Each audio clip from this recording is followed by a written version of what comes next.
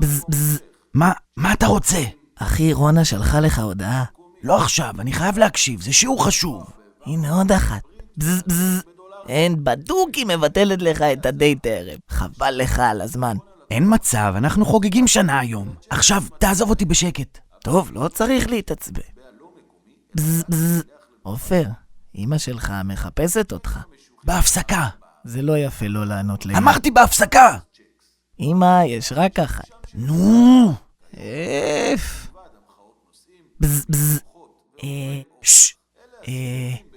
רונה שלחה תמונה. טוב, תן לראות. מפסיקים להקליק, הנייד לתיק. אחי, פעם הבאה תקשיב בשיעור. רואה מה זה? שיגעת אותי כל השיעור ובגללך נכשלתי במבחן. אין, תמיד מאשימים את הטלפון.